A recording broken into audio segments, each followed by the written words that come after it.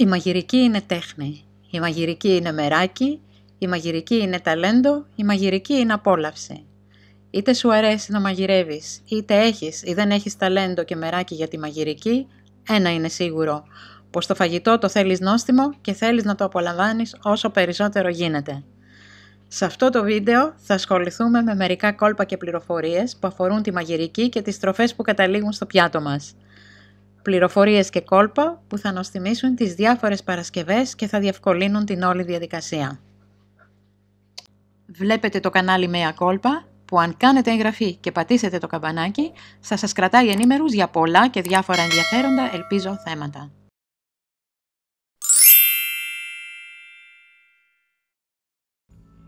Για να γίνει πιο ήπια η γεύση του σκόρδου, πριν το χρησιμοποιήσουμε βυθίζουμε τις κελίδες για αρκετή ώρα σε γάλα.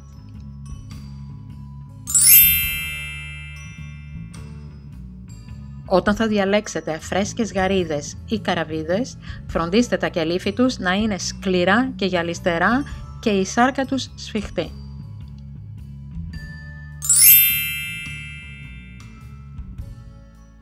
Αν θέλετε τα λουκάνικα που τηγανίζετε να μην πιτσιλίζουν και να γίνουν πιο ελαφρά, πριν τα τηγανίσετε, βράστε τα για 5 περίπου λεπτά και στραγγίξτε τα καλά.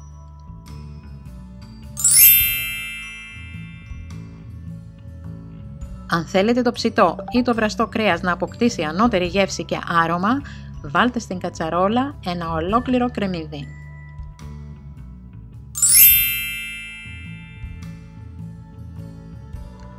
Για να βγει όμορφα το τσόφλι από τα αυγά χωρίς να χαλάσετε το ασπράδι τους, τα χτυπάτε σιγά σιγά να ραγίσουν παντού και τα βάζετε σε κρύο νερό για 1 ώρα.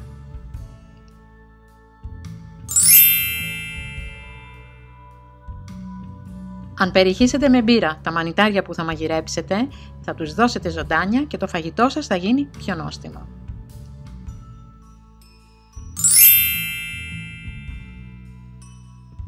Αν το φαγητό σας είναι αλμυρό, προσθέστε 1 κύβο ζάχαρης ή 1 πατάτα ή 1 φέτα ψωμί.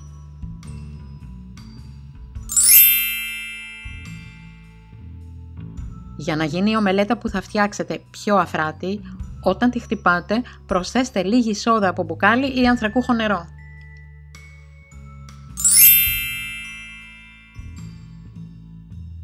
Όταν τηγανίζετε αυγά, βγάζετε το τηγάνι από τη φωτιά πριν ψηθούν εντελώς και αφήνετε για λίγα λεπτά να ολοκληρώσουν το ψήσιμό τους μέσα στο τηγάνι.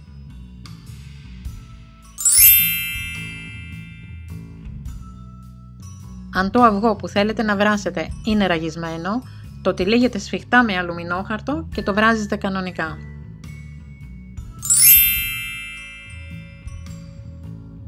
Όταν θα φτιάξετε σάλτσα για τα παντζάρια, προσθέστε λίγη αμυγαλόψυχα ή καρυδόψυχα μαζί με το λάδι, το ξύδι, το σκόρδο, τη μουστάρδα και χτυπήστε τα όλα μαζί στο μπλέντερ.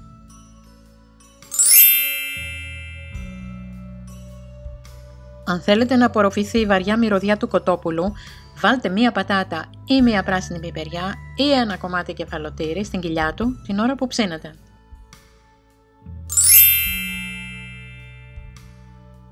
Τα κρεατικά θα ψηθούν πιο καλά και θα γίνουν πιο νόστιμα αν τα βγάλουμε αρκετή ώρα από το ψυγείο και τα αφήσουμε σε θερμοκρασία δωματίου.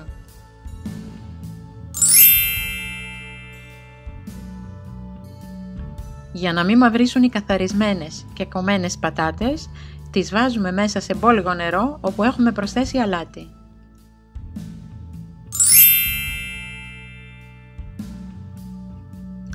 Αν προσθέσετε ξύδι στο τηγάνι που τηγανίζετε ψάρια, θα μειώσετε αισθητά την μυρωδιά της ψαρίλας.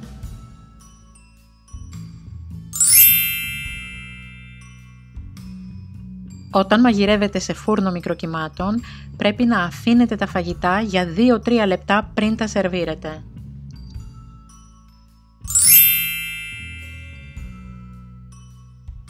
Η σπιτική πίτσα θα γίνει πιο νόστιμη και πιο τραγανή αν στη ζύμη προσθέσετε λίγη ζάχαρη.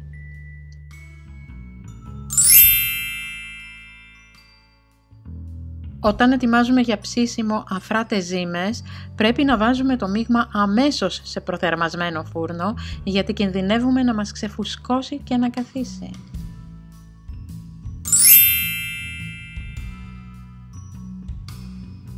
Για να μην γεμίσουν τα κολοκυθάκια μας νερό, τα πλένουμε πολύ καλά και τα βράζουμε ολόκληρα χωρίς να κόψουμε τις άκρες, τις οποίες κόβουμε μόλις ολοκληρωθεί ο βρασμός και τα βγάλουμε από το νερό.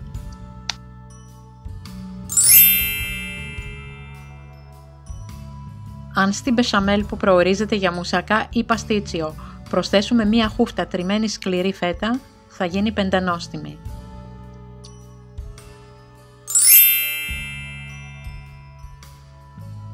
Τη σπιτική πίτσα μπορούμε να την φυλάξουμε άψητη ή ψημένη στην κατάψυξη, απλά πριν την σερβίρουμε ή την ψήνουμε ή την ζεσταίνουμε.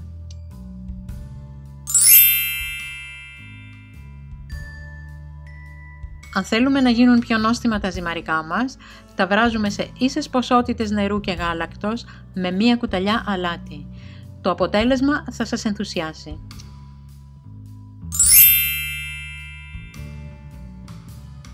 Αν το φαγητό μας κόλλησε στην κατσαρόλα, για να μην την καταστρέψουμε την αντικολλητική κατσαρόλα, ξύνοντας και τρίβοντας με σκληρά σφουγγάρια, αφού απομακρύνουμε το καμένο φαγητό, ρίχνουμε στην κατσαρόλα αρκετό ζεστό νερό και 2 κουταλιές μαγειρικής σόδα. Αφήνουμε 3 ώρες και μετά τρίβουμε ελαφρά με ένα σφουγγαράκι απλό για τα πιάτα.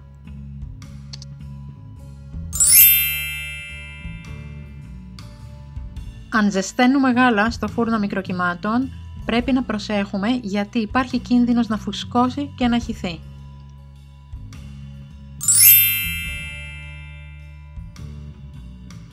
Η μαγιά μπύρας διατηρείται στην κατάψυξη για αρκετό διάστημα.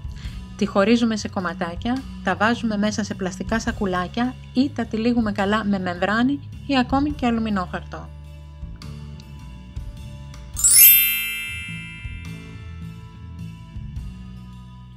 Λίγο αλάτι στην επιφάνεια της μουστάρδας τη βοηθάει να διατηρηθεί φρέσκια για πολύ καιρό.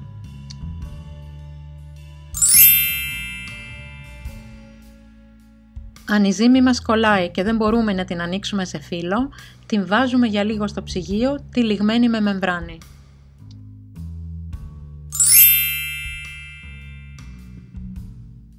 Για να βράσουν γρήγορα τα ρεβίθια και για να ξεφλουδιστούν εύκολα, προσθέτουμε λίγη σόδα στο νερό που τα μουσκεύουμε από το προηγούμενο βράδυ.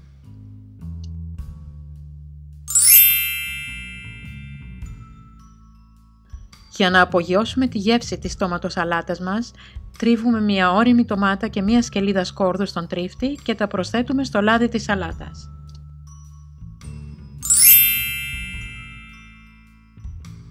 Για μεγαλύτερη ευκολία, τα κατεψυγμένα ψάρια μπορούμε να τα ψήσουμε χωρίς να τα ξεπαγώσουμε και χωρίς να τα καθαρίσουμε. Τα τυλίγουμε σε αρκετά φύλλα λαδόκολλας ή αλουμινόχαρτο, αφού τα πασπαλίσουμε με ένα παχύ στρώμα αλατιού. Τα ψήνουμε και μετά αφαιρούμε το δέρμα μαζί με τα λέπια και βγάζουμε καθαρά τα φιλέτα ψαριού.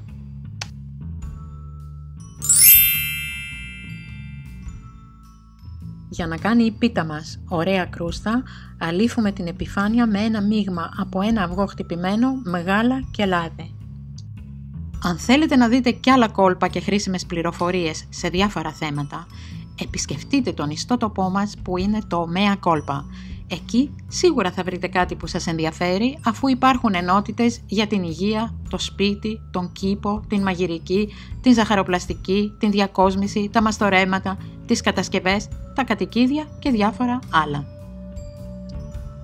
Τελειώνοντας, αφού σας ευχαριστήσω που είδατε αυτό το βίντεο, να σας θυμίσω να κάνετε εγγραφή όσοι δεν το έχετε ήδη κάνει και να κάνετε και κλικ στο καμπανάκι που βρίσκεται κάτω ακριβώς από το βίντεο για να λαβαίνετε άμεσα κάθε καινούριο βίντεο.